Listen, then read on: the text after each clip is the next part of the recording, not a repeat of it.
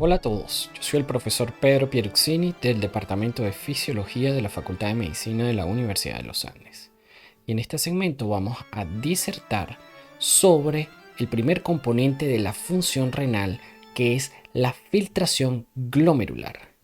Comenzaremos nuestra disertación con un repaso microscópico de algunos de los elementos discutidos en la clase anterior, haciendo énfasis en la irrigación sanguínea y en la estructura del corpúsculo renal. Posteriormente centraremos nuestra discusión en los mecanismos de filtración, definiendo cada uno de los parámetros agrupados en la ecuación de Starling del intercambio capilar. Luego ahondaremos sobre distintos conceptos muy importantes como lo son la carga filtrada, el volumen de filtración glomerular, el flujo plasmático renal, para llegar a la definición y explicación mediante cálculos del concepto de clearance o aclaramiento renal de una sustancia y cómo se pueden utilizar estas sustancias para calcular los otros parámetros nombrados. Sin más preámbulo, comenzamos.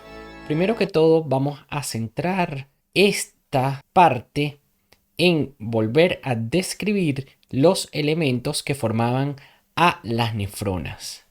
Primero teníamos que las nefronas eran formadas por un corpúsculo renal y una serie de tuberías. Al corpúsculo renal, a su vez, estaba formado por un glomérulo capilar que venía desde la arteriola aferente, se capilarizaba y salía por la arteriola eferente. Y un epitelio que rodeaba a ese glomérulo capilar, que era lo que se denomina la cápsula de Bowman. A su vez, dicha cápsula de Bowman estaba formada por un epitelio visceral y un epitelio parietal.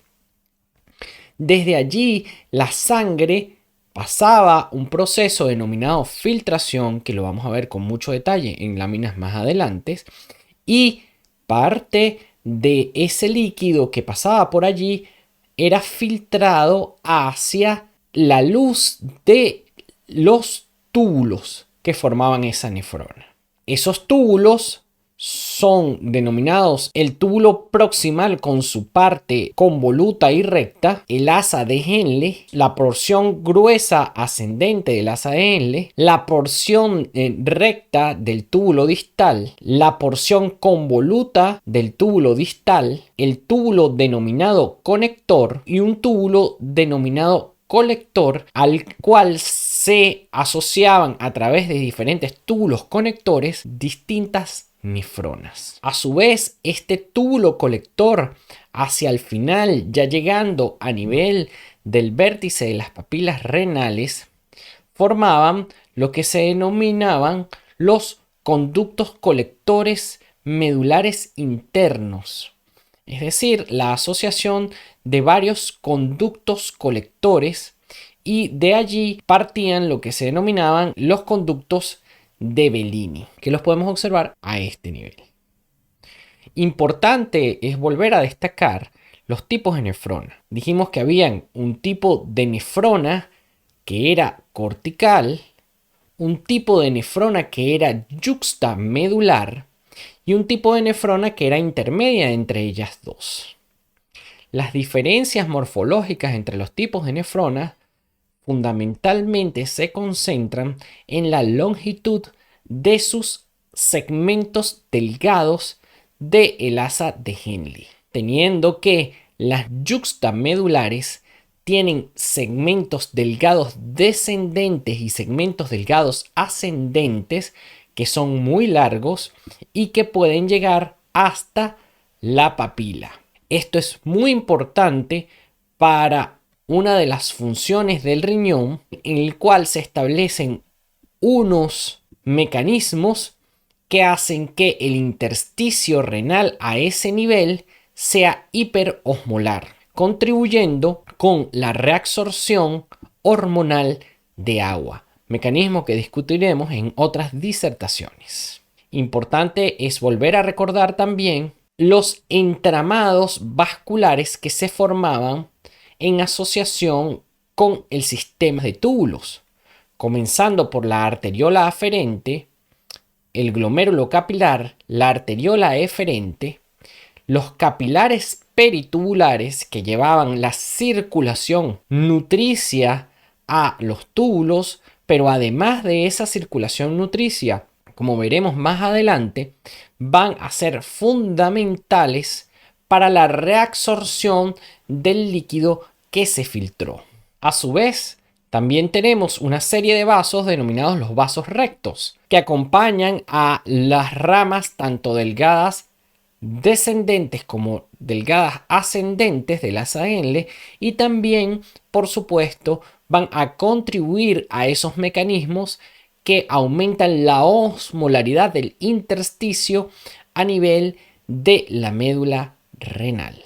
Recordando las funciones de la nefrona, que eran, número 1, la filtración, y dicho proceso ocurría a nivel del corpúsculo renal. Número 2, la reabsorción, que ocurría a nivel de todos los túbulos. Y número 3, la secreción, que también ocurre a nivel de la longitud de los túbulos que conforman esa nefrona. Finalmente, el líquido que quedaba al final en los conductos de Bellini, que se encontraban en el vértice de las pirámides renales y que salía hacia el sistema pielocalicial, es lo que denominamos orina.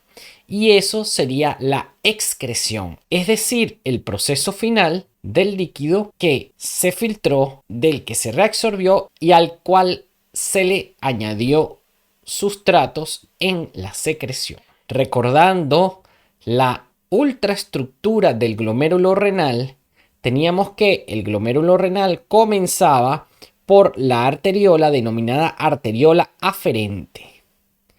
Esta arteriola se capilarizaba y formaba lo que se denominan los capilares glomerulares. A su vez, esos capilares glomerulares se ponían en relación directa con el epitelio de la cápsula de Bowman. Y ese epitelio de la cápsula de Bowman lo dividíamos en dos tipos. Un tipo visceral, que formaban unas células denominadas podocitos y que establecían relación directa con el ovillo capilar del capilar glomerular. Y otras células que eran unas células que de forma se describen como células de un epitelio plano simple, las cuales formaban el recubrimiento parietal de la cápsula de Bowman. Entre el epitelio visceral de la cápsula de Bowman y el epitelio parietal de la cápsula de Bowman se establecía un espacio, y ese espacio pues se denominaba espacio de Bowman, que lo podemos ver aquí. A su vez, el epitelio parietal de la cápsula de Bowman se continuaba con las células tubulares que formaban el túbulo contorneado proximal. Posterior a la capilarización y a la generación de ese ovillo capilar por parte de la arteriola aferente, discurría la arteriola denominada arteriola eferente. Y esta arteriola eferente sale del glomérulo para luego nuevamente capilarizarse y formar los capilares peritubulares. Como rasgo importante, hay unas especializaciones celulares que rodean toda esa ultraestructura renal que es importante mencionarla, debido a que tiene funciones muy importantes que discutiremos a su debido momento. Entre esas especializaciones celulares tenemos la mácula densa, que es parte del segmento recto del túbulo distal, que la misma nefrona de la cual se genera o se asocia, mejor dicho, con el capilar glomerular, retorna el túbulo distal hacia la formación vascular en donde se forma la entrada o a nivel del polo vascular de ese corpúsculo y se pone en relación directa con la arteriola aferente. Esas células de las cuales están yuxtapuestas a esa arteriola aferente generan una especialización que se denomina mácula densa. A su vez, esas células de la arteriola eferente que están contiguas a esa mácula densa forman un tipo de células especializadas que se denominan células yuxtaglomerulares. Y dichas células yuxtaglomerulares tienen en su interior vesículas electrodensas, las cuales contienen una hormona denominada renina. También es importante destacar que a nivel de la arteriola aferente y eferente se encuentran unas células denominadas células mesangiales, que se dividen en células mesangiales externas que estarían a nivel del polo vascular, es decir, en la entrada de la arteriola aferente y la salida de la eferente, y también se encuentran a nivel del penacho capilar que forma el capilar glomerular. Y esas células mesangiales son muy importantes debido a que secretan matriz extracelular y parte de su secreción va a contribuir a formar la membrana basal y también tienen propiedades contráctiles. Dichas propiedades contráctiles pueden afectar el flujo sanguíneo que ingrese a ese glomérulo. En esta lámina podemos evidenciar un corte teñido con hematoxilina y eosina, en donde vemos el corpúsculo renal, donde observamos el polo vascular de ese corpúsculo renal, podemos observar el glomérulo y las células que revisten a ese glomérulo, que serían los podocitos o el polo visceral del epitelio de la cápsula de Bowman. Y hacia la parte parietal, el epitelio simple plano o escamoso que recubre esa cápsula de Bowman, y entre ellos dos el espacio de Bowman. A nivel de esta micrografía electrónica de transmisión podemos observar la luz de una parte de un capilar glomerular y vemos las células endoteliales, y luego de las células endoteliales se puede observar los componentes de la membrana basal. Posterior a la membrana basal vemos estas especializaciones que se denominan los pedicelos de los podocitos. Y entre esos pedicelos de los podocitos podemos evidenciar las hendiduras denominadas hendiduras de filtración. También podemos aprovechar esta micrografía electrónica para determinar la dirección del flujo de líquido desde la luz del capilar hacia la luz del espacio de Bowman, atravesando lo que se denomina la barrera de filtración glomerular. Esa barrera de filtración glomerular va a tener sus componentes. En la parte izquierda podemos observar otra micrografía electrónica en donde tenemos la luz del capilar, y si ampliamos este segmento podemos observar las células del endotelio capilar con sus fenestras, la membrana basal, los pedicelos de los podocitos, y entre los pedicelos tenemos las hendiduras de filtración. Toda esta estructura morfológica es lo que va a formar la barrera de filtración glomerular. Como andamiaje del penacho capilar tenemos a las células mesangiales que le dan ese soporte para mantener la forma de los capilares glomerulares y secretan pues parte de los componentes de esa membrana basal. Ahora, teniendo una mirada más específica sobre los componentes de esa membrana basal, podemos observar que dicha membrana basal no solamente está formada por estas tres estructuras que acabamos de nombrar, es decir, por el endotelio de la célula del capilar glomerular, la membrana basal y las hendiduras de filtración de los podocitos, sino que está formada también por el recubrimiento del glucocálix que está en las células del endotelio capilar. Entonces, las capas de la barrera de filtración glomerular estarían conformadas por el glucocálix que recubre a las células del endotelio capilar, la membrana de las células capilares endoteliales, que recuerden ustedes, tienen fenestras, la membrana basal glomerular y lo que se denomina los diafragmas de filtración que se encuentran entre los pedicelos de los podocitos. Entre estas estructuras es muy importante recalcar a este nivel que están formadas por glucoproteínas y glucosaminoglucanos que tienen cargas negativas. Y estas cargas negativas se van a sentar en el glucocálix, en la membrana basal y en los diafragmas de filtración. Es muy importante tenerlo en cuenta en este momento. Ahora bien, luego de ahondar sobre la estructura de la anatomía funcional del riñón, pasamos al concepto fundamental que nos va a permitir entender la función del glomérulo renal. Y es el concepto de filtración. Entonces, la pregunta que se nos viene a la mente es, ¿qué es la filtración?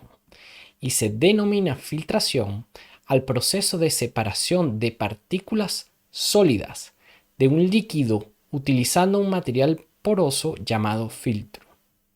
La técnica consiste en verter la mezcla sólido-líquido que se quiere tratar sobre un filtro que permita el paso del líquido pero que retenga las partículas sólidas. Esta definición es de acuerdo a un punto de vista físico.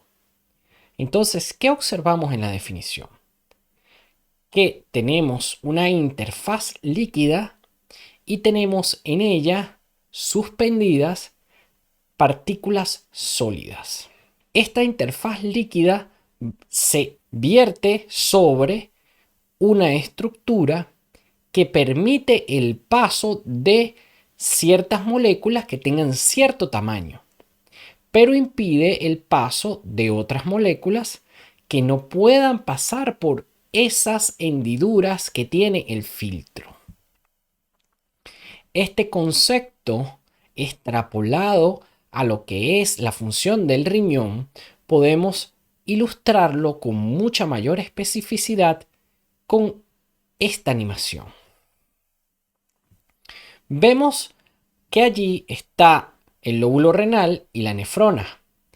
¿Qué sucede? A la nefrona entra la sangre que tiene elementos formes y solutos disueltos en ella y pasa por el filtro que vendría siendo ¿qué? Esto que vemos aquí, la barrera de filtración glomerular. Entonces pasarán las moléculas que cumplan con ciertas características de tamaño y además que cumplan con ciertas características de carga eléctrica. ¿Y eso pasará hacia dónde? Hacia el espacio de Bowman. Los que no pasarán, pues se acumularán a nivel de la luz del capilar. Separamos el líquido de unos solutos. Eso tiene que quedar claro. Luego de ahondar en este concepto y de entender que tenemos una fase en donde hay una mezcla, es decir, que hay un componente líquido que tiene suspendidos en él partículas sólidas y que este contenido se somete a una estructura la cual impide el paso de ciertas partículas sólidas y permite el paso de las moléculas líquidas y ciertas partículas sólidas que puedan atravesar el poro. Ahora bien, en el riñón, la pregunta es, ¿qué se filtra? En la parte izquierda de sus pantallas podemos observar unas preparaciones con dextranos de diferente tamaño. Dichos dextranos se pueden tener con carga o sin carga. Y los que están cargados pueden tener o cargas positivas o cargas negativas. Entonces tenemos una molécula que puede cumplir con varios requisitos, que son los fundamentales con respecto a la filtración en el riñón. Es decir, un requisito que sea de tamaño y un requisito que sea de carga eléctrica. Partiendo nuestra descripción del requisito de tamaño, vamos a ver qué sucede con los dextranos denominados dextranos neutros. Es decir, que no tienen carga eléctrica. Es decir, que la variable que en ellos va a generar su paso o no a través de los poros del filtro va a ser únicamente el tamaño. Si ustedes observan aquí, ese tamaño va a generar en una molécula una geometría específica. Y esa geometría va a ejercer en base al peso molecular de la molécula una acción en favor o en contra de su filtración o su paso a través de esos poros.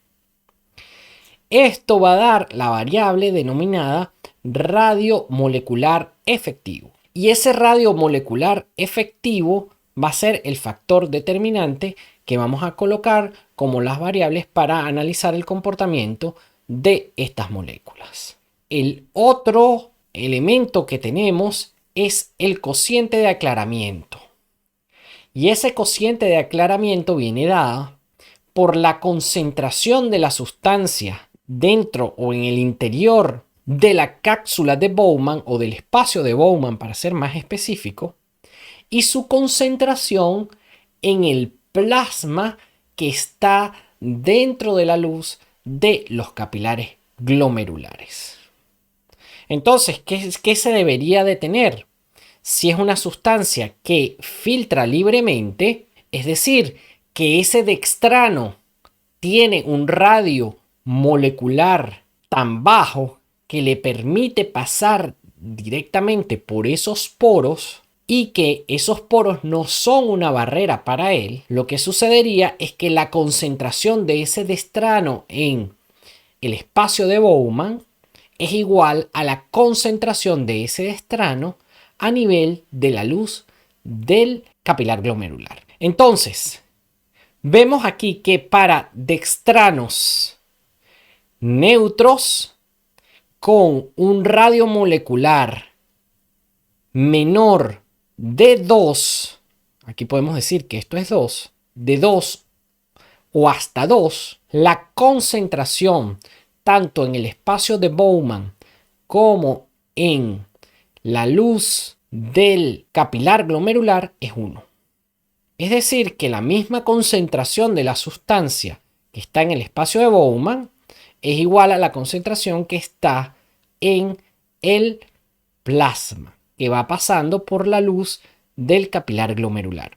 Es decir, que con este radio molecular la sustancia filtra libremente.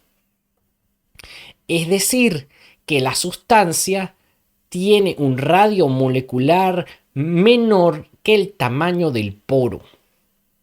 Es decir, que la sustancia no es filtrada. A medida que ese radio molecular va aumentando, se van imponiendo barreras hacia la cantidad de sustancia que aparece en la luz del espacio de Bowman.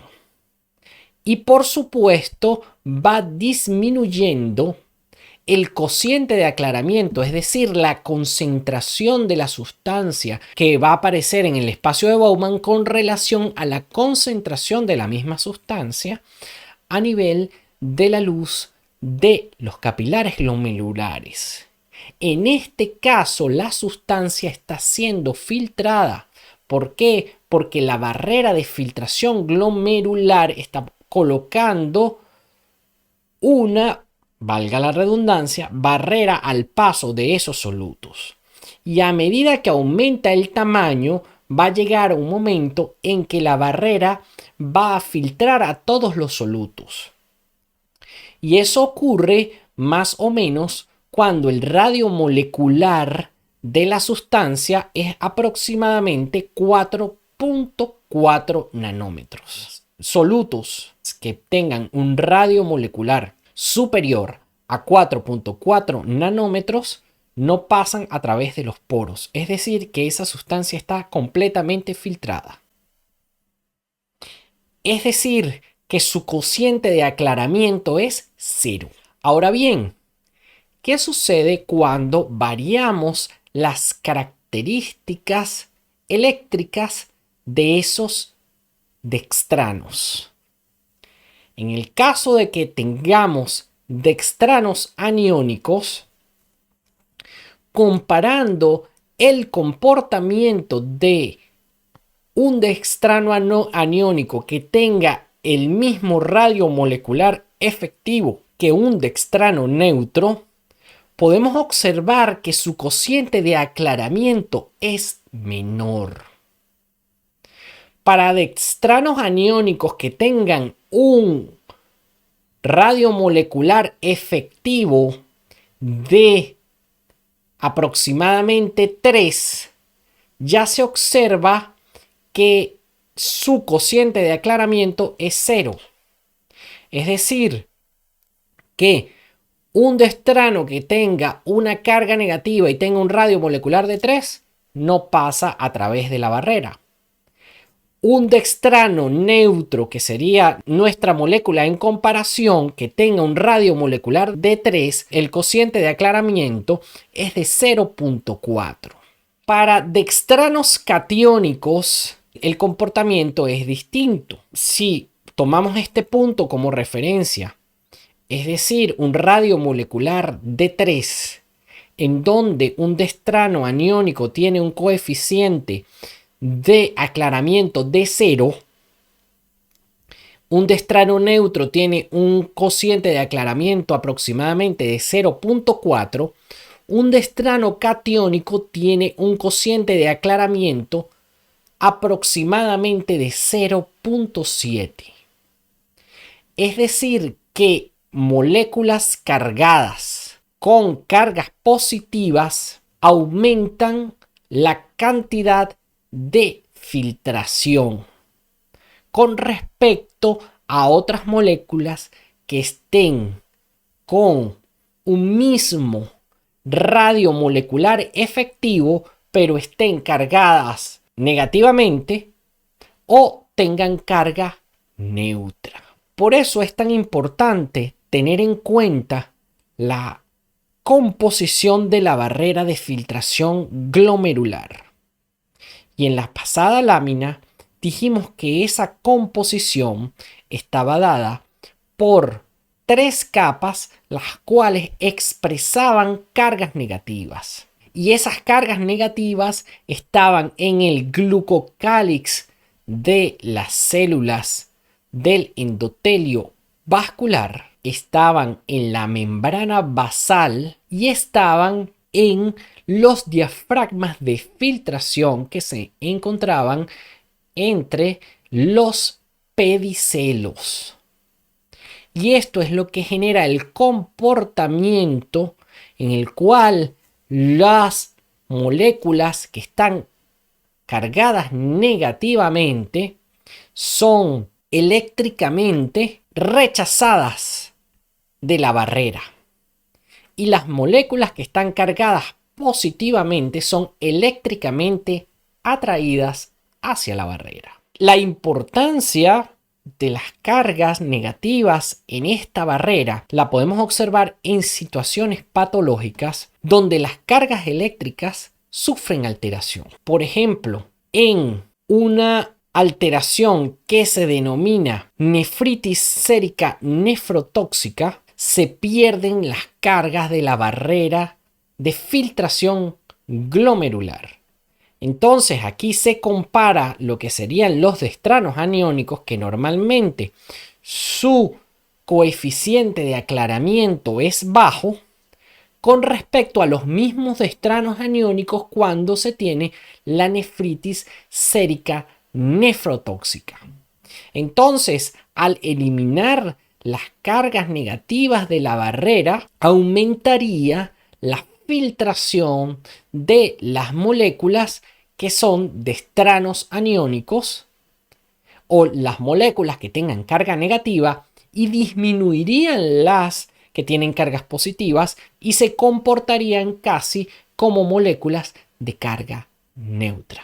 Cuando hay solutos que son muy pequeños, como por ejemplo los iones de sodio, de potasio, de cloro, etcétera, etcétera, la fuerza que lleva el agua los arrastra. Es decir, que para que haya un verdadero efecto con respecto a la repulsión o a la atracción de cargas por parte de la barrera de filtración glomerular, tiene que haber un radio mínimo, porque si no, no hay ese efecto. En el caso de los cristaloides como el sodio, el potasio, el cloro, el calcio, etc., hay un arrastre por medio del agua que se filtra y el coeficiente de filtración es 1.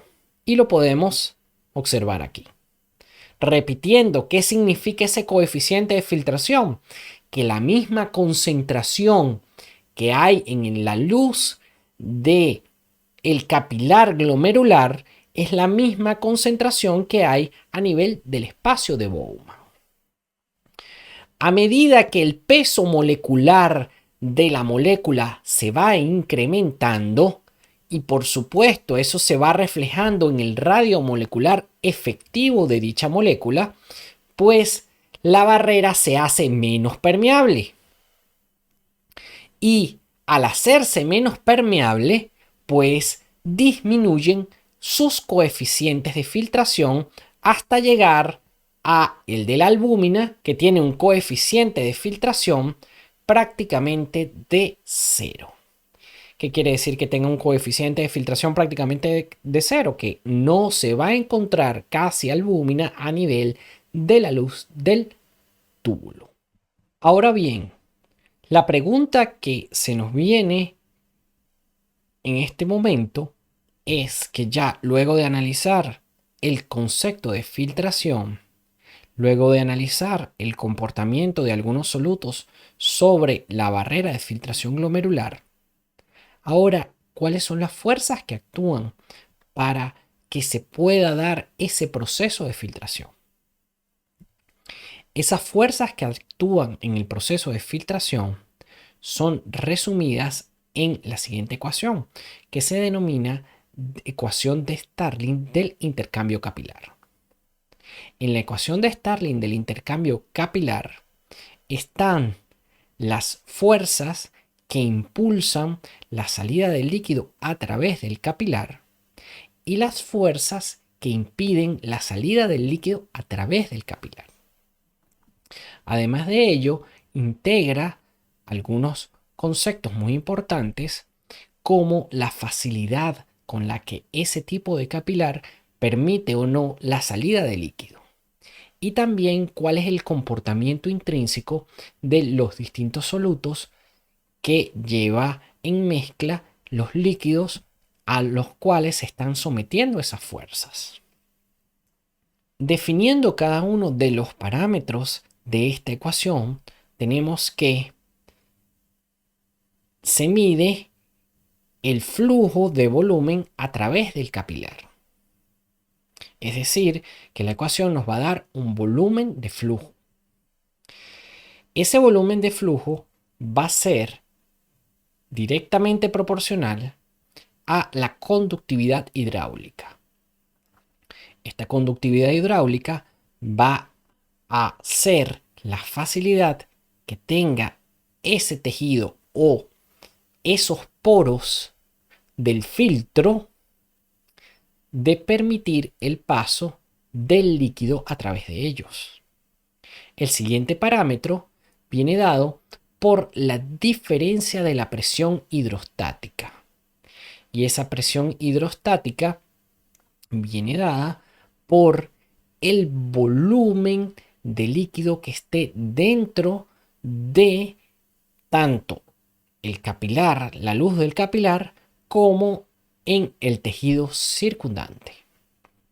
Recuerden ustedes, en nuestras clases de cardiovascular, dijimos que esta presión hidrostática venía dada también por el volumen, que es reflejo de la cantidad de las moléculas de agua en este caso, y también de la gravedad. El siguiente parámetro viene determinado por la letra sigma y se denomina el promedio del coeficiente de reflexión osmótica coloidal. ¿A qué se refiere este parámetro? Este parámetro se refiere a la facilidad con que la barrera de filtración excluye a un soluto X. Es decir, que el soluto no pasa por ella. Si nosotros extrapolamos este promedio del coeficiente de reflexión osmótica coloidal a nuestros conceptos de ósmosis analizados desde el inicio del curso, vemos que si la barrera de filtración excluye completamente a un soluto, eso tendría el valor de 1. Es decir, un soluto que no pasaría por allí. ¿Cómo se comportaría, por ejemplo, la barrera de filtración glomerular, extrapolando los conceptos vistos en la lámina pasada, con respecto a la albúmina? El coeficiente de reflexión osmótica coloidal con respecto a la albúmina es casi 1. Y 0 significa que no impone ninguna barrera al paso de solutos. ¿Cómo sería el coeficiente de reflexión de la barrera de filtración glomerular con respecto a los cristaloides como el sodio, el potasio y el cloro? Es prácticamente 0. ¿Por qué? Porque ellos son arrastrados junto con el agua plasmática, es decir, que esta barrera es incapaz de filtrar dichos solutos. Al dejarlos pasar completamente, estos solutos no van a ejercer gradientes de presión osmótica entre el líquido que pasa a el espacio de Bowman con respecto al líquido que se queda dentro de la luz del capilar glomerular. En cambio, las proteínas, como por ejemplo la albúmina, sí van a ejercer una presión osmótica. ¿Por qué? Porque la condición para que se establezca la ósmosis es que la barrera, en este caso la barrera de filtración glomerular, tiene que ser impermeable a al menos un soluto. Con respecto a las siguientes letras que representan a la presión oncótica o coloidosmótica u osmótica coloidal, tenemos que viene dada por la diferencia entre la presión osmótica generada en el capilar glomerular y la presión oncótica o coloidosmótica generada en la cápsula de Bowman. Toda esta ecuación nos va a permitir saber si las fuerzas que se generan allí van a favor de la filtración o van en contra de la filtración. A ir en contra de la filtración favorecerán, por supuesto, la reabsorción. Entonces, ¿qué es lo que permite la filtración? La presión hidrostática del capilar glomerular, en este caso, y la presión oncótica de la cápsula de Bowman. ¿Cuáles serían las fuerzas que se opondrían a la filtración? la presión hidrostática en la cápsula de Bowman y la presión oncótica o coloidosmótica dentro del capilar glomerular. Cuando nosotros queremos agrupar tanto las presiones hidrostáticas como coloidosmóticas, las juntamos y vemos las diferencias de presiones tanto hidrostáticas como osmóticas o coloidosmóticas. Y al hacer la resta o la suma algebraica de todas las fuerzas, nos da la presión de filtración neta, es decir, la fuerza impulsora neta.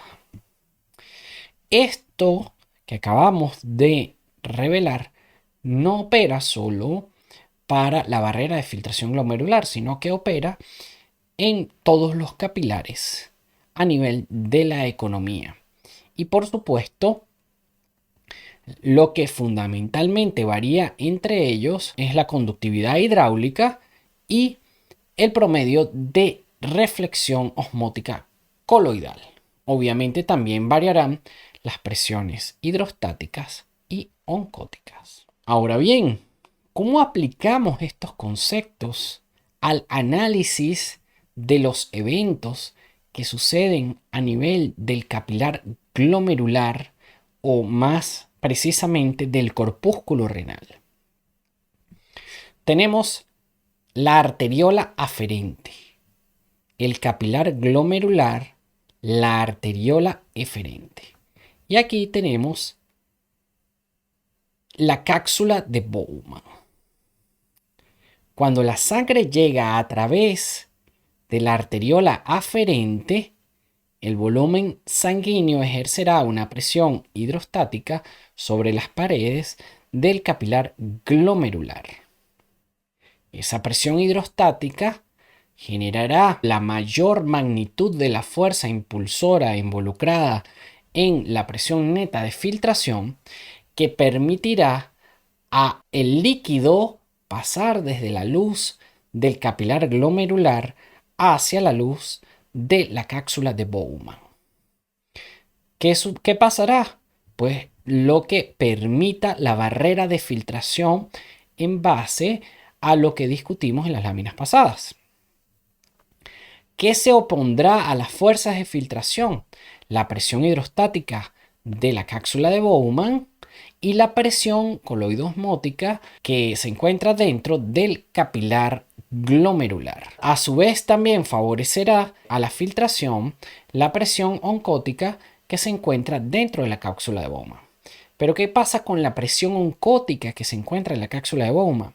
Pues es prácticamente despreciable. ¿Por qué? Porque el índice de reflexión que discutimos en la lámina anterior para las proteínas es casi de 1.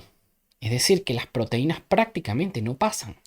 Entonces, si no pasan las proteínas, no son capaces de generar una presión oncótica suficiente como para atraer flujo hacia la luz de la cápsula de Bowman. Entonces, bajo este aspecto, nos permite a nosotros afirmar que la fuerza fundamental en el impulso del líquido desde la luz del capilar glomerular hasta la cápsula de Bowman es la presión hidrostática del capilar. Aquí vemos las presiones que se ejercen en cada uno de estos parámetros. Vemos que la presión oncótica de la cápsula de Bowman es despreciable, es 0. La presión hidrostática del capilar es 50 milímetros de mercurio. Y vale la pena aquí hacer la siguiente aclaratoria.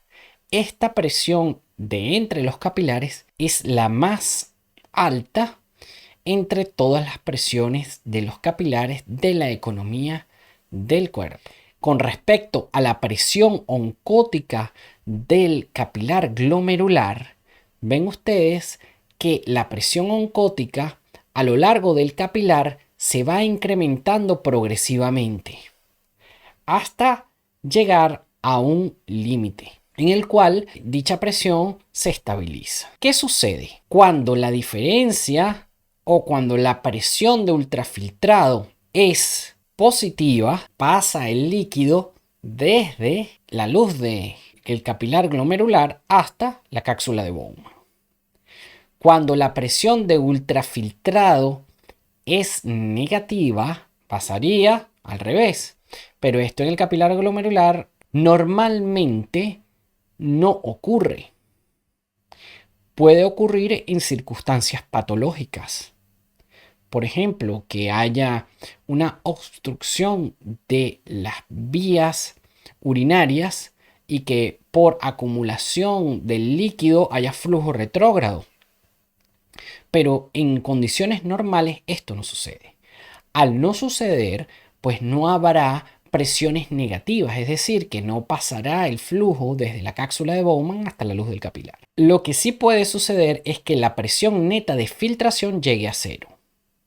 ¿Y llega a cero cuándo? Cuando se equilibran presiones hidrostáticas del capilar glomerular con las presiones oncóticas del mismo capilar glomerular, que son las fuerzas más relevantes. En resumidas cuentas, ¿qué favorece la filtración? La presión hidrostática del capilar glomerular y la presión coloidosmótica de la cápsula de Bowman, que es prácticamente despreciable. ¿Qué se opone a la filtración? La presión coloidosmótica del capilar glomerular y la presión hidrostática de la cápsula de Bowman.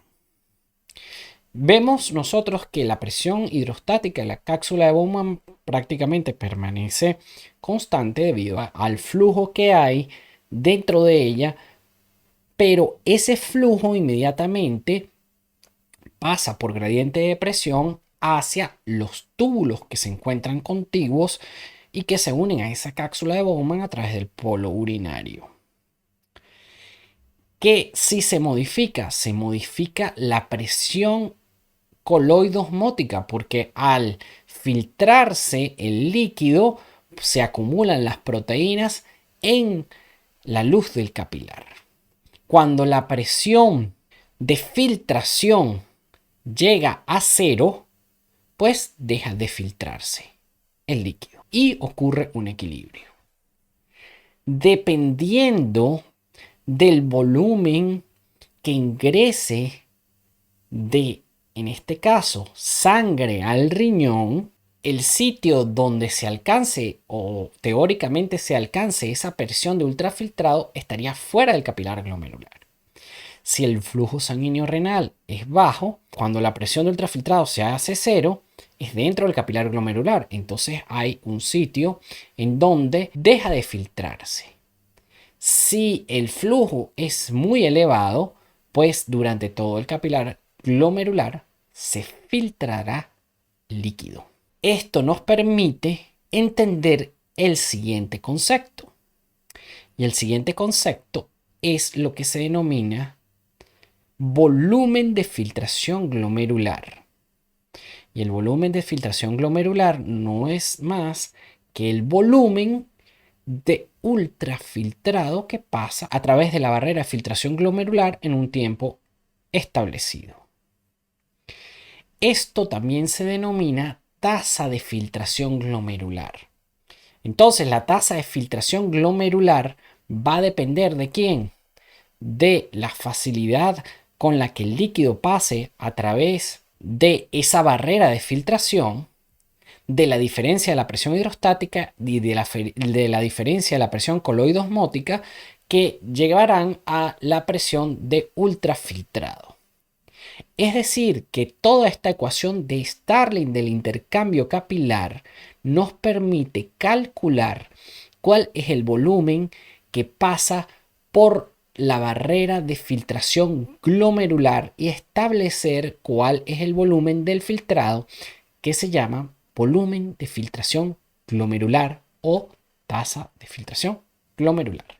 Nuevamente, tenemos lo que favorece a la filtración y lo que se opone en contra de la filtración, y lo podemos cuantificar.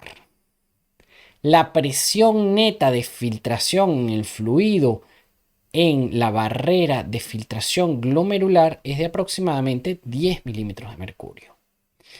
Y eso se mantiene prácticamente durante toda la longitud del capilar. Esto en cuestiones normales, es decir, que durante la toda la longitud del capilar, ocurre filtración. ¿Cuáles son los parámetros que influyen sobre esta filtración o este volumen de filtración glomerular? Viene dado por las presiones de filtración, que es la fuerza que permite que esa filtración ocurra, y viene dado también por la facilidad que la barrera le pone al paso de líquidos. Y ese paso de líquidos va a ser también proporcional al área de superficie de esa barrera, y eso es lo que nos refleja esa ecuación de Starling del intercambio capilar. Uno de los parámetros que mantiene más regulado el riñón es la tasa o el volumen de filtración glomerular. ¿Y por qué lo mantiene en tanta regulación? Porque de ese volumen depende la excreción de sustancias que pueden resultar tóxicas para el organismo. Como sabemos, ese volumen de filtración glomerular depende, en última instancia, del flujo sanguíneo renal. El riñón regula con mucha especificidad el flujo sanguíneo renal. ¿Y qué se filtra a través de la barrera de filtración glomerular? Realmente se filtra el plasma. ¿Por qué? Porque los glóbulos rojos no pueden pasar a través de la barrera de filtración glomerular. Y si pasan, es una condición patológica. Aquí podemos observar cómo el volumen de filtración glomerular se puede mantener, incluso si hay diferencias entre la presión arterial media.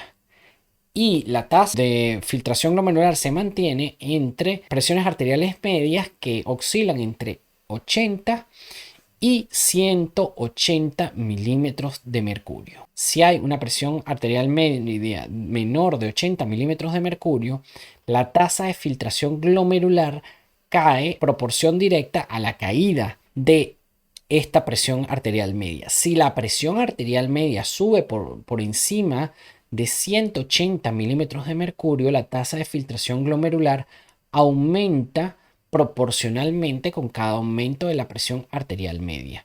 Y eso es lo que vemos a nivel de las esquinas de esta curva. Y el plató o la meseta vemos al nivel de regulación. ¿Qué permite la regulación de que se mantenga la tasa de filtración glomerular? Pues el juego que se va a establecer a nivel tanto de la arteriola aferente como de la arteriola eferente, que va a modificar las presiones hidrostáticas del capilar glomerular. Dependiendo de la constricción de una u otra o de la relajación de una u otra, se van a modificar los parámetros de la presión hidrostática dentro de la luz del capilar, y vimos que ese era el parámetro mayor que se establecía para la filtración. Y en base a ello, en base de cuánto volumen se filtra, también va a ejercer directamente una acción sobre la presión coloidosmótica dentro del capilar para los capilares que están siguientes, que serían los capilares peritubulares. En esta lámina podemos observar cómo es la caída de la presión a nivel que el flujo sanguíneo avanza por las diferentes arterias a nivel renal. Y vemos que a nivel de la arteriola aferente es donde se establece un descenso muy grande. Pero a lo largo del capilar glomerular, la presión se mantiene más o menos a nivel de 50 milímetros de mercurio. Otro descenso grandísimo ocurre a nivel de la arteriola eferente. Y fíjense ustedes, y les adelanto ya para próximas láminas, que esta particular característica es muy importante. Nosotros en la primera clase discutimos que a nivel renal se establecía un sistema porta. ¿Y qué significa un sistema porta? Un sistema en donde hay capilares que se ubican en serie. Y en el riñón tenemos un sistema de porta que es de tipo arterial. Entonces, Primero llega la arteriola aferente, se capilariza, forma los capilares glomerular, sale la arteriola eferente, se capilariza, la arteriola eferente, y forma la red capilar peritubular. Si nosotros afirmamos en estas láminas pasadas que la presión más importante para la filtración era la presión hidrostática del capilar y la presión más importante para la reabsorción es la presión coloidosmótica capilar, fíjense ustedes que la presión que se mantiene dentro del glomérulo es suficiente para que la presión hidrostática capilar sea la mayor fuerza y contrarrestre a la presión coloidosmótica dentro del capilar. Es decir, que el aporte de la presión hidrostática capilar a la presión neta de filtración es el mayor aporte. Pero luego que la sangre pasa desde el glomérulo hasta la arteriola eferente, pierde gran parte de su presión y lo observamos aquí. Entonces, al disminuir mucho la presión hidrostática, ya la presión hidrostática no tiene la fuerza para sacar más líquido en la próxima red capilar, es decir, en los capilares peritubulares. Pero aquí, a este nivel, la sangre ya va, o el plasma sanguíneo va más concentrado porque hubo una serie de proteínas plasmáticas que no se pudieron filtrar. Entonces la presión oncótica a este nivel es grande. Entonces estos capilares peritubulares están especializados sobre todo por los cambios que ocurrieron en el capilar anterior en la reabsorción. Y esto lo dejo como apartado para tenerlo en cuenta posteriormente. Seguimos con el análisis de la presión de ultrafiltración y cómo va esta presión de ultrafiltración variando acorde al flujo sanguíneo renal. Para sacar el plasma de lo que corresponde en la sangre, los elementos formes y lo que corresponde en líquido, la fórmula es que se resta 1 menos el hematocrito. El flujo plasmático renal sería directamente proporcional, obviamente, al flujo sanguíneo renal. Entonces, analizándolo desde el punto de vista del flujo plasmático renal, la presión de ultrafiltración, si el flujo plasmático renal es bajo, por consiguiente el flujo sanguíneo renal será bajo, el equilibrio de filtración se alcanza mucho más cerca que el final del capilar. Entonces el volumen de filtración glomerular será bajo. Si el flujo plasmático glomerular es normal, no se debe alcanzar la presión de equilibrio dentro del capilar glomerular. Y si el flujo plasmático renal aumenta mucho, habrá una distancia mucho mayor entre lo que es la presión hidrostática y la presión oncótica del capilar. Es decir, que se filtrará muchísimo más flujo. Esto es muy importante tenerlo en cuenta, sobre todo para cuando comencemos a analizar qué es lo que hace la nefrona con este líquido que se filtra. Aquí tenemos el fenómeno anterior, pero analizado en curvas. Y quiero que presten mucha atención porque esto es muy importante para entender la dinámica del flujo en el riñón. Tenemos un flujo plasmático renal y la relación que hay entre ese flujo y la tasa de filtración glomerular o el volumen de filtración glomerular. Y tenemos un concepto muy importante que se denomina la fracción de filtración. La fracción de filtración es la relación que hay entre la tasa de filtración glomerular o el volumen de filtración glomerular con respecto al flujo plasmático. Si tenemos, por ejemplo, un volumen o un flujo plasmático renal de 600 mililitros por minuto,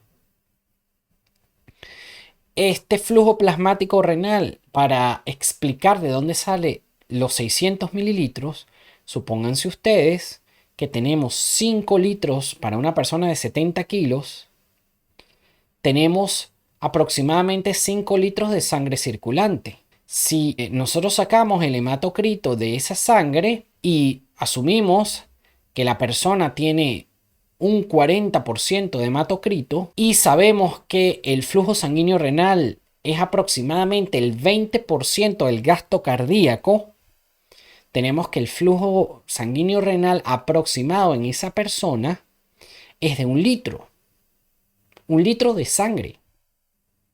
Pero como el hematocrito de esa persona es del 40%, entonces el 60% debe ser líquido. Entonces, por ese litro de sangre habrá de plasma 600 mililitros. Ese sería el flujo plasmático renal. A ese flujo plasmático renal, el volumen de filtración glomerular es también aproximadamente del 20%. Aproximadamente el 20% del flujo plasmático renal total se filtra a través de la barrera de filtración glomerular. Y eso da un total de tasa de filtración glomerular o de volumen de filtración glomerular de aproximadamente 125 ml. Es decir, que son 125 mililitros de los 600 mililitros de plasma los que van a ser filtrados hacia las nefronas. Si aumenta ese flujo plasmático renal, pues más o menos, como ven ustedes aquí, se conserva la tasa de filtración glomerular. Obviamente, al aumentarlo, pues progresivamente irá aumentando, pero no aumenta en relación directa, como lo pueden ver aquí en esta curva. ¿Qué sucede? Allí viene el otro concepto que es muy importante, que es la fracción de filtración. Entonces, la fracción de filtración es la relación que hay entre el volumen de filtración glomerular y el flujo plasmático renal. Si se divide 125 entre 600 da 0,2. Es decir, que el 20% del volumen plasmático que ingresa al riñón es lo que se filtra o lo que pasa por la barrera de filtración glomerular. ¿Por qué es importante tenerlo en cuenta? Fíjense ustedes aquí esta curva. Si aumenta el flujo plasmático renal, la fracción de filtración se disminuye. ¿Para qué? Para el mantenimiento del volumen de filtración glomerular. Si el flujo plasmático renal disminuye, la fracción de filtración aumenta. ¿Para qué? Para mantener el volumen de filtración glomerular. Dependiendo de cómo cambian esas fracciones de filtración, el riñón, a través de una regulación intrínseca que se llama retroalimentación túbulo-glomerular, va a modificar las relaciones de las presiones hidrostáticas en el glomérulo para filtrar más o para filtrar menos. Tengan en cuenta este concepto. ¿Cómo se modifican esas relaciones de presiones hidrostáticas? Se modifican con la contracción o relajación de las arteriolas involucradas en el paso de sangre hacia el glomérulo. Y por supuesto el paso de sangre hacia los capilares peritubulares, como lo vimos 2 o 3 láminas atrás. Es decir, el sistema regula dos principales arteriolas. Por un lado regula la arteriola aferente y por otro lado regula la arteriola eferente. Dependiendo de la combinación de relajación o contracción de cada una de estas arteriolas, se modificarán las presiones hidrostáticas y las presiones coloidosmóticas del capilar glomerular. Cuando no hay ningún tipo de contracción ni de la arteriola aferente ni de la arteriola eferente, se establecerá una presión neta de filtración. Ahora bien, si por activación de un sistema denominado renina-angiotensina-aldosterona hay constricción de la arteriola eferente, ¿qué sucederá? Habrá una resistencia del flujo del capilar glomerular hacia la arteriola eferente. Al esta arteriola eferente generar ese aumento de la resistencia, ¿qué sucederá aquí? Aumentará la presión dentro del capilar glomerular. Esto teniendo que la arteriola aferente tiene el mismo diámetro que lo normal. ¿Eso qué sucederá? Pues aumentará la presión de filtración neta y por tal circunstancia aumentará el volumen de filtración glomerular. Ahora, ¿qué sucederá si la arteriola eferente se mantiene con su diámetro normal y se constriñe la arteriola aferente? Va a pasar que la resistencia de la arteriola aferente va a aumentar. Si aumenta la resistencia de la arteriola aferente, va a disminuir el flujo plasmático renal. Al disminuir el flujo plasmático renal, pues la presión hidrostática dentro del capilar glomerular va a disminuir.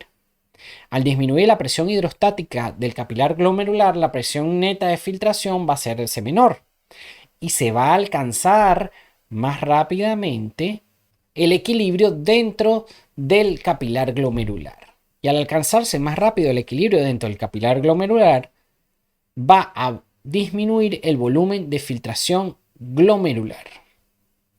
Y esto es un ejemplo como contrayendo o relajando una u otra arteria se modifican los flujos plasmáticos renales, pero se pueden aumentar o disminuir las fracciones de filtración. Y esto tendrá, por supuesto, repercusiones en la excreción o no de líquidos dentro del riñón. Volvemos ahora a analizar la contracción y la relajación de cada una de las arterias, pero ahora teniendo una expresión gráfica. Fíjense ustedes, aquí tenemos una condición que denominaríamos una condición normal, en la cual la resistencia arteriolar relativa tanto aferente como eferente se le coloca el número 1.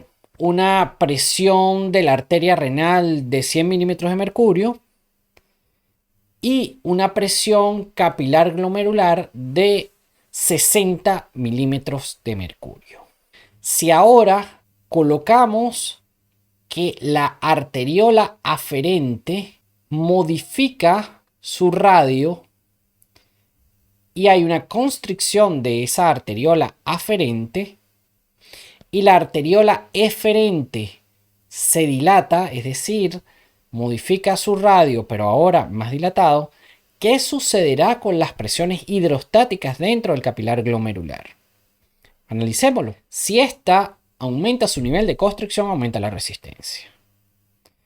Si aumenta la resistencia, pues va a consumir muchísima fuerza de impulso el paso de la sangre por esta arteriola. Y eso va a disminuir la presión hidrostática del capilar glomerular. A su vez, si la arteriola eferente se dilata, va a disminuir la resistencia al paso por allí. Y eso va a generar también una disminución en la presión hidrostática del capilar glomerular.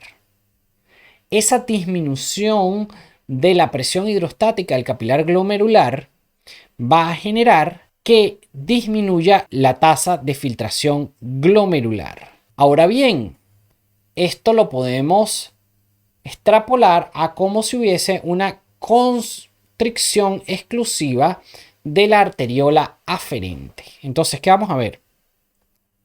Si hay una constricción de la arteriola aferente, va a haber de 100, en donde teníamos una resistencia relativa de 1, como lo vemos aquí en la gráfica, que sería esto.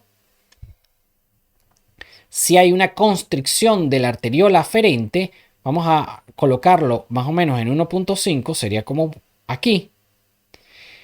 ¿Qué va a suceder con la presión hidrostática del capilar glomerular? Va a caer, como lo podemos ver aquí. ¿Qué va a pasar con la tasa de filtración glomerular? Va a caer. ¿Por qué? Porque disminuye la presión hidrostática del capilar glomerular y esa presión hidrostática del capilar glomerular depende directamente, depende de ese parámetro la tasa de filtración glomerular. Si aumenta la constricción o la resistencia, pues va a disminuir muchísimo más la presión hidrostática del capilar glomerular y va a caer mucho más la tasa de filtración glomerular. Y por supuesto también va a disminuir el flujo plasmático renal. Ahora bien, ¿qué sucede con la constricción de la arteriola eferente? Vemos aquí qué sucede. Relajamos la arteriola aferente y hacemos una constricción de la arteriola eferente. Aquí estaría normal, como está en esta situación. Entonces estaría la constricción relativa en 1, la tasa de filtración glomerular aproximadamente en 125, la presión hidrostática del capilar glomerular aproximadamente en 50, en 60 en este caso, como está aquí. Y tenemos la presión de la arteria renal casi en 100. Si aumentamos la constricción de la arteriola eferente, vemos cómo disminuye el flujo plasmático renal, pero la presión del capilar glomerular aumenta. Y al aumentar la presión del capilar glomerular, vemos aquí que la tasa de filtración glomerular aumenta. Entonces, ¿qué quiere decir esto? Que los fenómenos que tiendan a aumentar la presión hidrostática del capilar glomerular van a aumentar la tasa de filtración glomerular. Los fenómenos que tienden a disminuir la presión hidrostática del capilar glomerular van a tender a disminuir la tasa de filtración glomerular. Pero la constricción de la arteriola eferente aumenta mucho más la tasa de filtración glomerular que una relajación de la arteriola aferente. Si se combinan las dos cosas, pues va a aumentar mucho más la tasa de filtración glomerular, aunque el flujo plasmático renal va a disminuir. Este juego es el que nos permite entender cómo hace el riñón en ciertas condiciones para mantener las tasas de filtración glomerular en condiciones más o menos estables. Y dependiendo de las fracciones de filtración, se establecerá una condición que aumente la reabsorción de líquido desde la nefrona o disminuya la fracción de absorción de líquido desde la nefrona en los capilares peritubulares. Tengan esto en cuenta. ¿Qué sucederá en los capilares peritubulares? Pues los capilares peritubulares van a tener una reabsorción neta. ¿Por qué? Porque la presión oncótica dentro de los capilares peritubulares es elevada. Y esos capilares peritubulares van a ejercer una presión osmótica en las demás partes de la nefrona que va a tender a absorber el líquido. Esto es extremadamente importante porque imagínense, si nosotros reflexionábamos sobre lo que filtra el riñón, dijimos que primero el flujo sanguíneo renal es de una persona aproximadamente de 70 kilos con un gasto cardíaco de 5 litros, es del 20% de esos 5 litros. Es decir, que el flujo sanguíneo renal es aproximadamente 1 litro por minuto. Ahora bien, si dijimos que de ese litro que ingresa, tomando en cuenta unos valores de hematocrito del 40%, el flujo plasmático renal de ese riñón será aproximadamente 600 mililitros. De esos 600 mililitros, el 20% de ese flujo se filtra a través de la barrera de filtración glomerular. Es decir, que tendrá una fracción de filtración de 0.2. Si nosotros establecemos que son aproximadamente 125 ml de líquido filtrado por minuto, significa que el riñón filtra 180 litros de plasma al día. Y en la misma persona, la cantidad de plasma aproximado es de 3.5 litros. ¿Cuántas veces pasa ese plasma para ser escrutado por el epitelio renal? Al menos 60 veces al día. Imagínense ustedes si no se reabsorbiera ese líquido que pasa por los riñones o excretase un poco más de lo que pasa de orina, que aproximadamente son 1 o 2 litros por día. Es decir, la nefrona reabsorbe aproximadamente el 99,5% del plasma que le llega, porque de esos 180 litros solamente excretamos entre 1.5 y 2 litros de orina diariamente.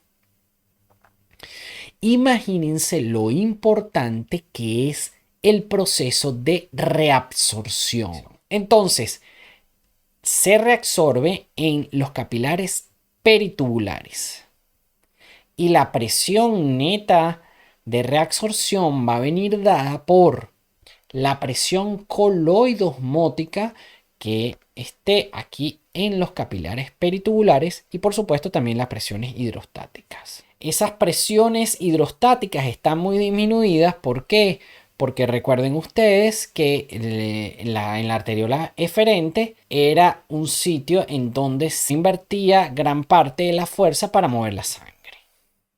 Después de allí la presión hidrostática caía mucho, pero la sangre venía concentrada de todos esos solutos que fueron excluidos por la barrera de filtración.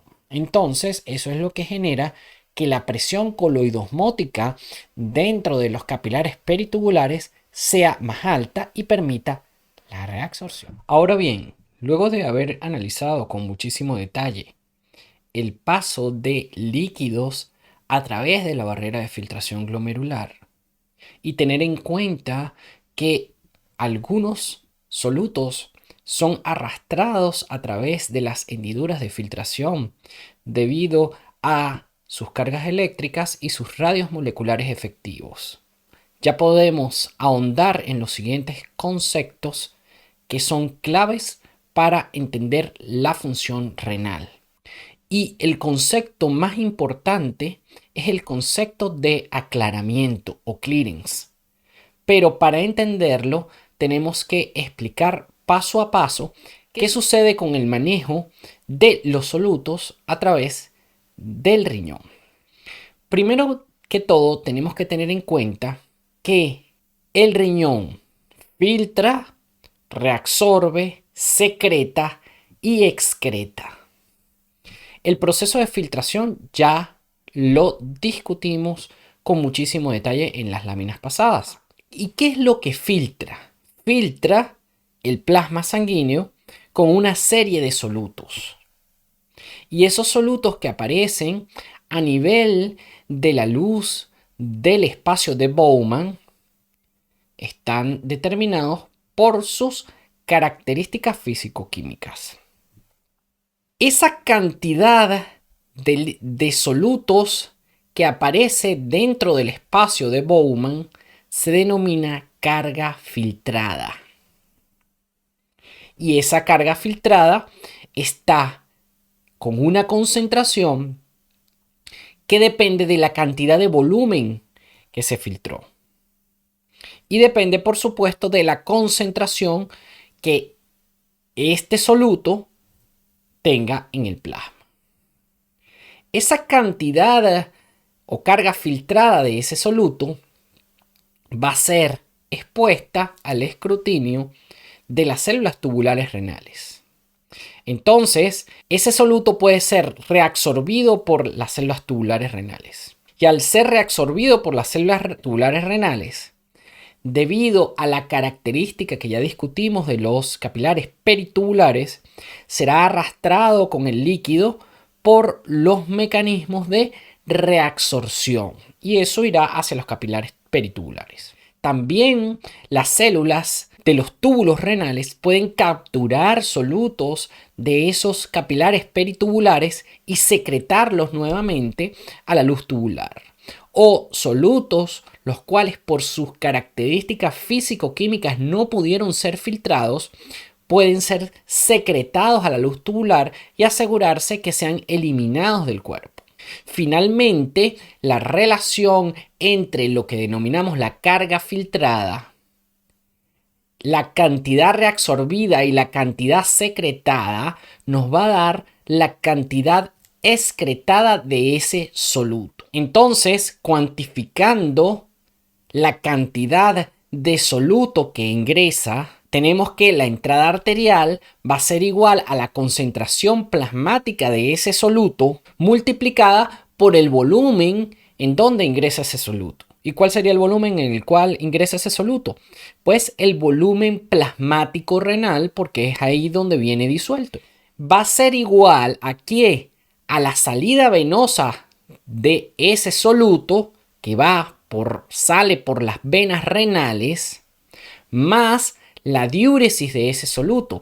Es decir, que ese soluto fue por el parénquima renal eliminado en una medida X del plasma sanguíneo, y ya en la vena ese plasma sanguíneo estará más limpio, por decirlo así, de ese soluto que se esté analizando. La cantidad de soluto eliminada se puede calcular a través de la concentración de ese soluto en orina multiplicada por el volumen de orina y nos dará la masa del soluto. Vean ustedes que a lo que nos estamos refiriendo en estas ecuaciones es a la masa del soluto. La carga filtrada representa, por ejemplo, la cantidad de soluto que se filtra a nivel del glomérulo renal. Y eso es una cantidad de soluto X. La cantidad que es secretada quiere decir la cantidad de ese soluto que va desde los capilares peritubulares hacia la luz de la nefrona. Y la cantidad excretada viene dada por la cantidad o la masa de ese soluto que nosotros podemos cuantificar en orina. Soy repetitivo con estos conceptos porque son muy importantes.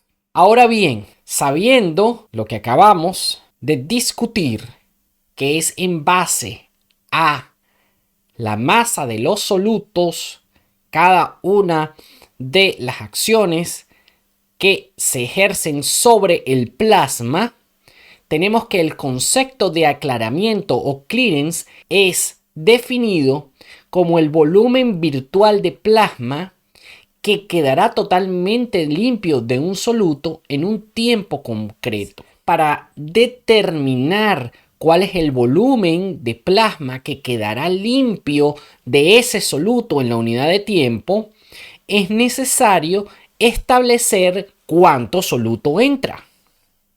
Y eso se establece acorde a la concentración del soluto en el plasma y al flujo plasmático renal. A su vez, tenemos que también cuantificar cuánto soluto de ese sale en la vena. ¿Y cómo se cuantifica la cantidad de soluto que sale por la vena?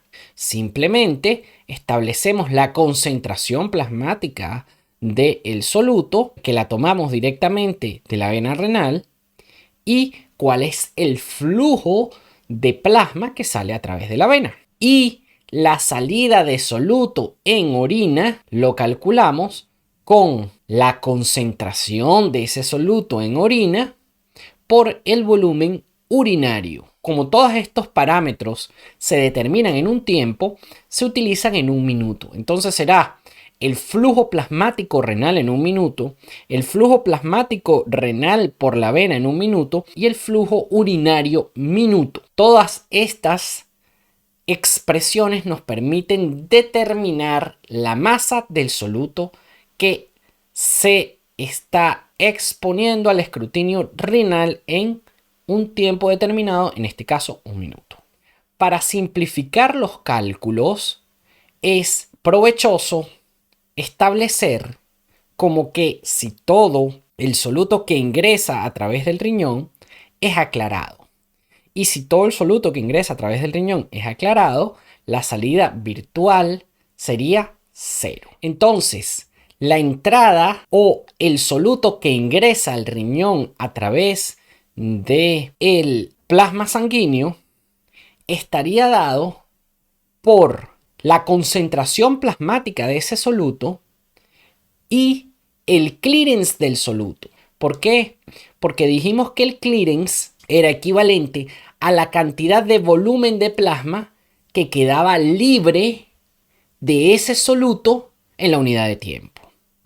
Para que quede libre ese volumen X de plasma, tiene que eliminarse una cantidad de soluto de ese plasma. Eso sería igual a la salida venosa, que por cuestiones de convención la tenemos como 0, y sumado a la salida a través de la orina de ese soluto. Y la masa de ese soluto en orina sería igual a ¿qué? A la concentración urinaria de ese soluto y el volumen urinario minuto. Entonces, si nosotros tenemos que la entrada de ese soluto por el clearance de ese soluto, que sería el volumen de plasma que queda libre del soluto en la unidad de tiempo, nos va a dar igual a que lo que entra por aquí debería salir por aquí. Entonces, podemos calcular el clearance de esa sustancia despejando la concentración plasmática de la sustancia. Entonces nos quedaría que el volumen de plasma que queda libre o limpio de ese soluto en la unidad de tiempo sería igual a la masa de ese soluto a nivel de la orina entre la concentración plasmática de esa sustancia. Y esa es la fórmula de clearance. El concepto de clearance podemos también determinarlo como el aclaramiento de un soluto vendría siendo el volumen virtual de plasma que quedaría totalmente limpio de un soluto en un tiempo concreto. Si el volumen de plasma que queda limpio del soluto en un tiempo concreto es, por ejemplo, el volumen de filtración glomerular, el clearance de esa sustancia sería el volumen de filtración glomerular.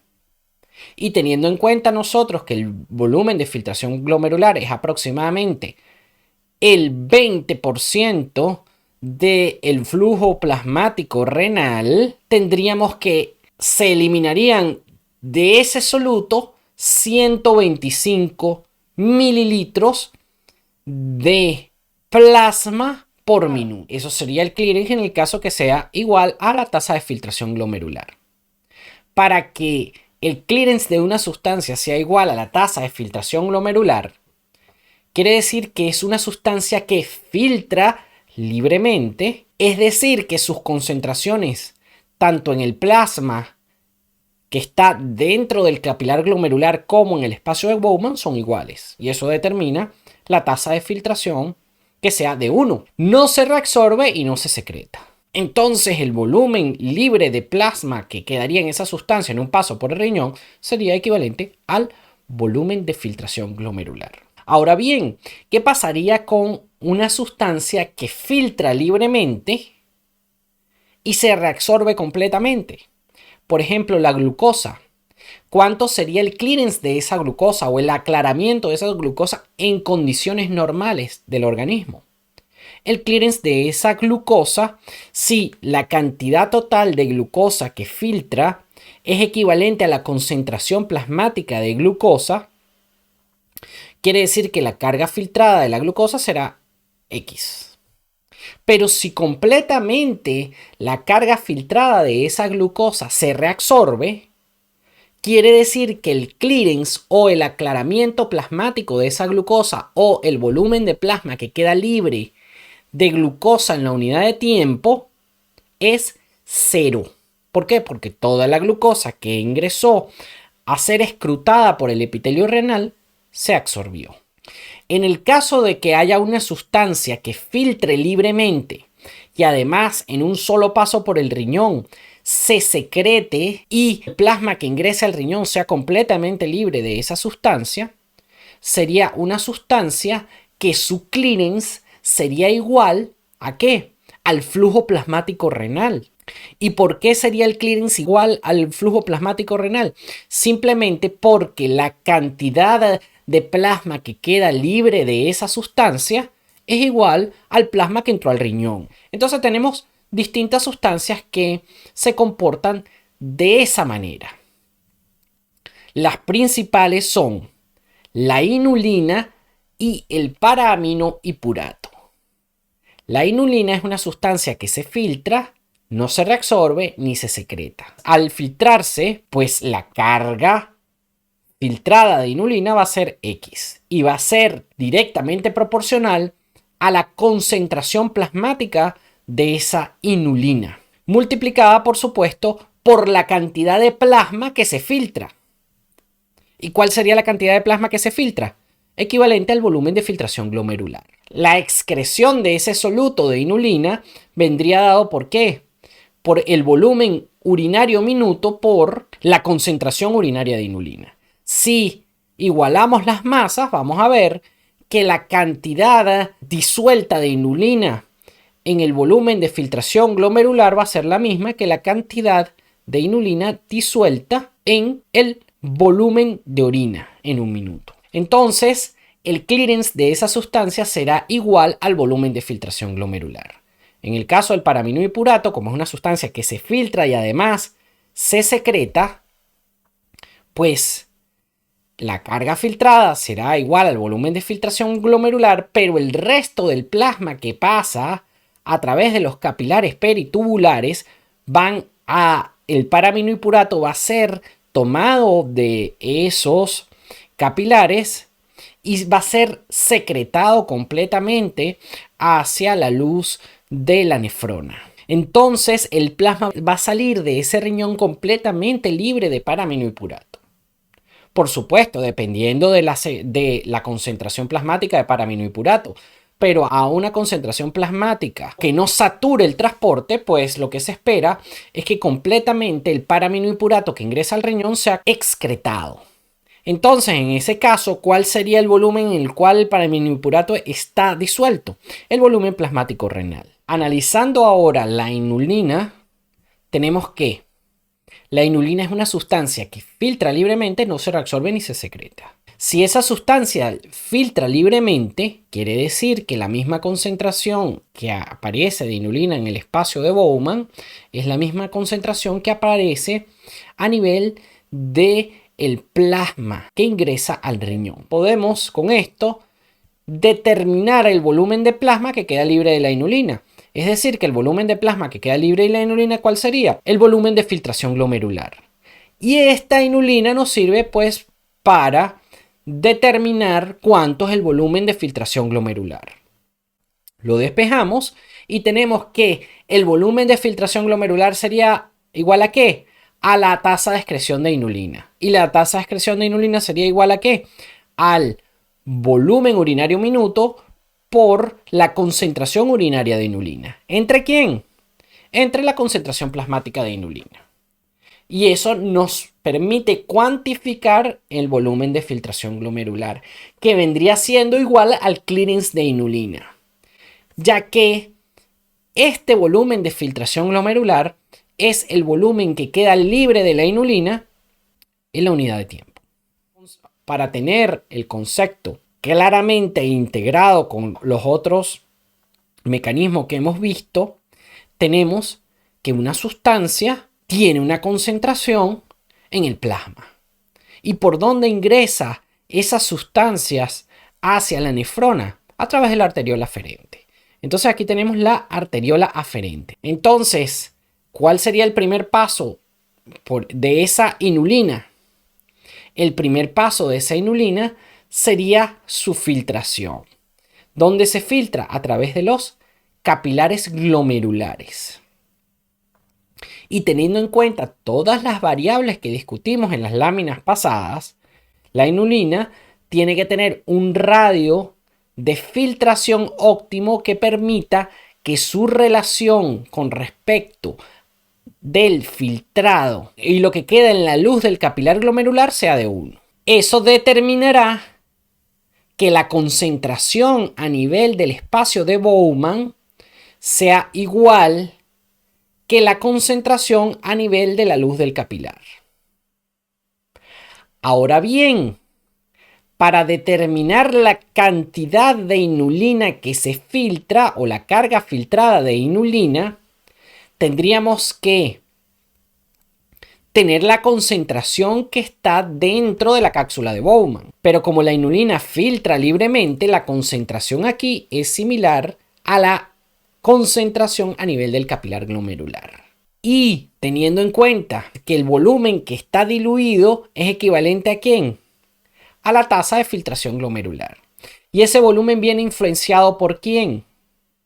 Por la relación que hay entre las presiones hidrostáticas y coloidosmóticas a nivel del capilar glomerular.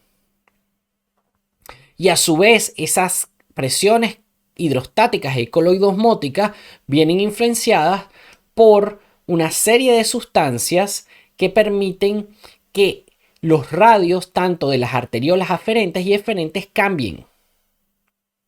Y dijimos que la tasa de filtración glomerular estaba sometida a regulación. ¿Por qué? Porque depende de la tasa de filtración glomerular que se eliminen o que se continúen eliminando algunos solutos que son tóxicos para el organismo independientemente de los cambios hemodinámicos del cuerpo, hasta ciertos parámetros. Y ven cómo podemos en este dibujo pues integrar todos estos conceptos hasta el momento. Entonces decimos que la fuerza más influyente en la filtración de ese glomérulo era la presión hidrostática del capilar glomerular.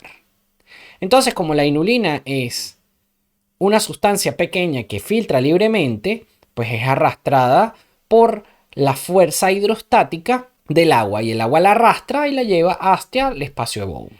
A su vez, para determinar la cantidad de inulina en el espacio de Bowman que tenemos, en cuanto está diluida esa inulina. Si nosotros dijimos que la fracción de filtración era aproximadamente del 20%, quiere decir que si el flujo plasmático renal es de aproximadamente 600 mililitros por minuto, pues la tasa de filtración glomerular será ¿cuánto?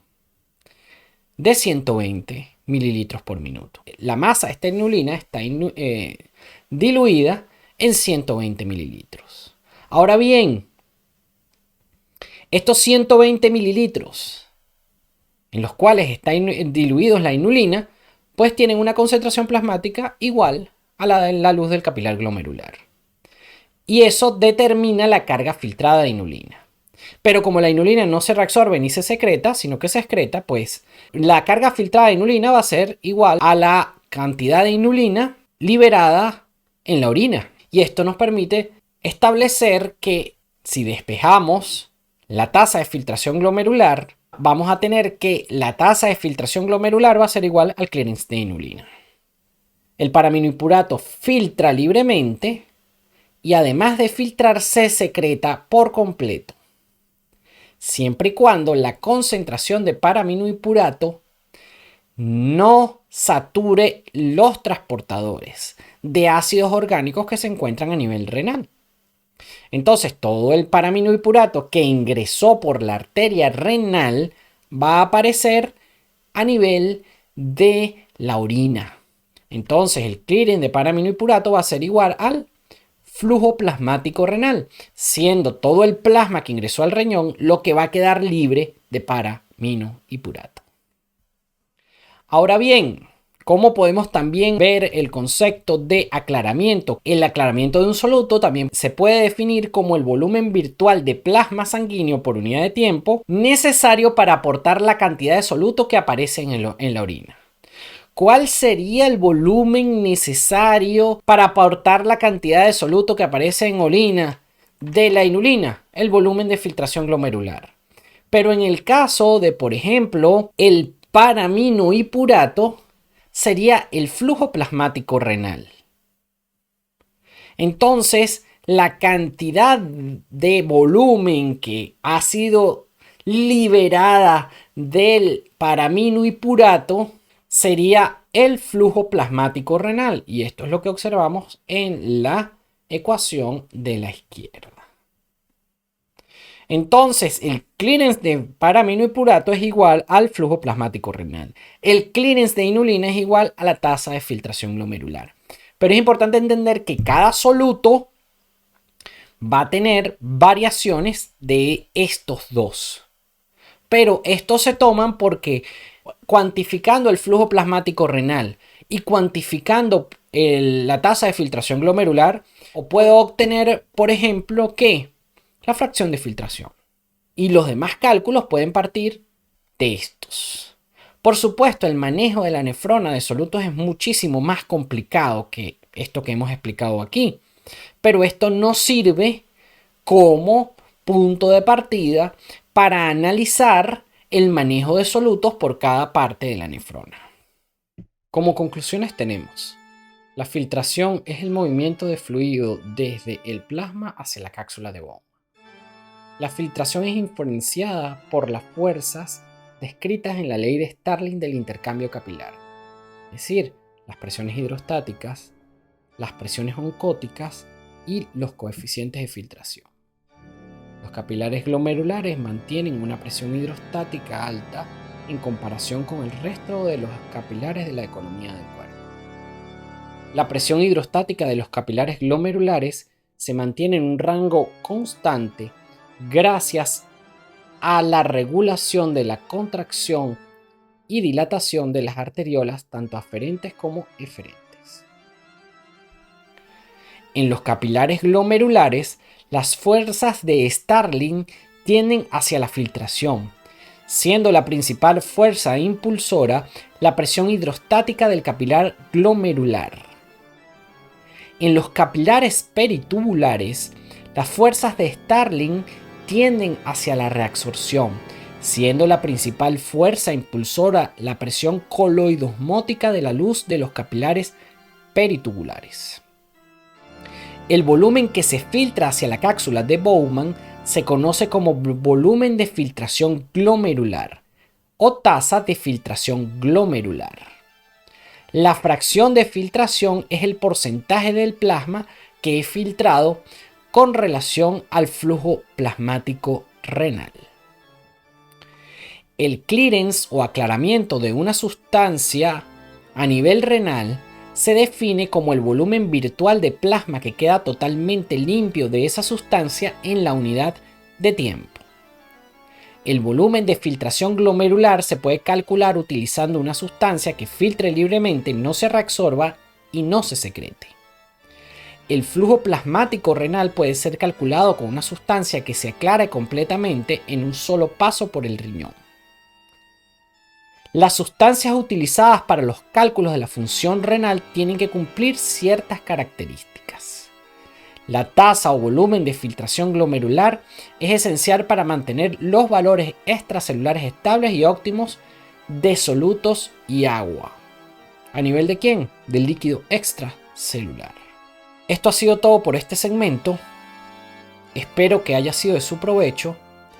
No olviden seguirnos en nuestro canal de YouTube Fisiología ULA y pueden conseguirlo también como @Fisiología ULA en YouTube.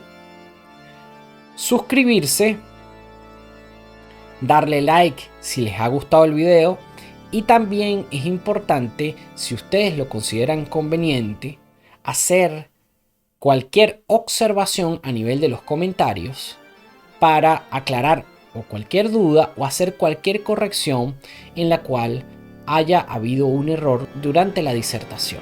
También compártalo con todos sus compañeros y con el que esté interesado para que a todos llegue la información. Nuevamente les reitero que ha sido un grato placer para mí haber compartido con ustedes esta disertación sobre el maravilloso mundo de la fisiología. Espero verlos en una próxima oportunidad en donde continuaremos. Hasta entonces.